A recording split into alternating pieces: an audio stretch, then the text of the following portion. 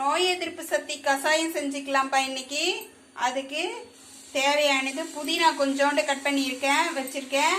புதினா இலை, இஞ்சி பாருங்க இவ்வளோ ஒரு துண்டு இஞ்சி, எலுமிச்சம்பழம் 3 கட் பண்ணி எடுத்திருக்கேன்ப்பா. 2 ஸ்பூனு பனங்கற்கண்டு, மஞ்சத்தூள் போட்டுக்கலாம் 1 ஸ்பூனு. நோய் எதிர்ப்பு சக்தி நல்லா இருக்கும். இது சாப்பிட்டா கொரோனாக்கெல்லாம் தினம் ஒரு வாட்டி குடிச்சோம்னா காலையில் இல்லைன்னா சாயந்தரம் எதுனா ஒரு டைம் குடிச்சோம்னா போதுங்க, நோய் எதிர்ப்பு சக்தி உண்டாகும். அதுக்காக இந்த கஷாயம் கொதிக்கட்டும். மஞ்சத்தூள் போட்டு கொதிக்குதுங்க.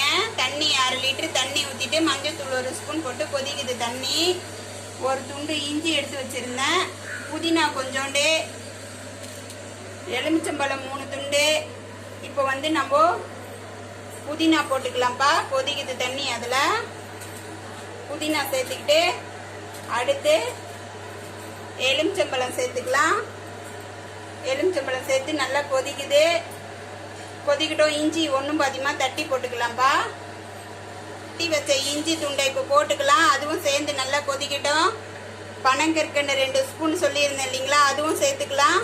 இப்போ நல்லா சேர்ந்து கொதிக்கிட்டோம்ப்பா. கொதிச்ச உடனே காமிக்கிறேன். 10 நிமிஷம் கொதிக்கிட்டேங்க. அப்போ தான் அந்த சத்தெல்லாம் இறங்கும். அதில் கொதிச்சதும் காமிக்கிறேன். நல்லா 10 நிமிஷம் ஆயிடுச்சிங்க. கொதிச்சு வடிகட்டி உங்களுக்கு காமிக்கிறேன். இந்த சத்துள்ள கஷாயத்தை குடிச்சிங்களா நோய் எதிர்ப்பு சக்தி உண்டாகுங்க. குடிங்க தினம் ஒரு வாட்டிக்கு. வடிகட்டி காமிக்கிறேன் உங்களுக்கு. நோய் எதிர்ப்பு சக்தி கஷாயங்க இது.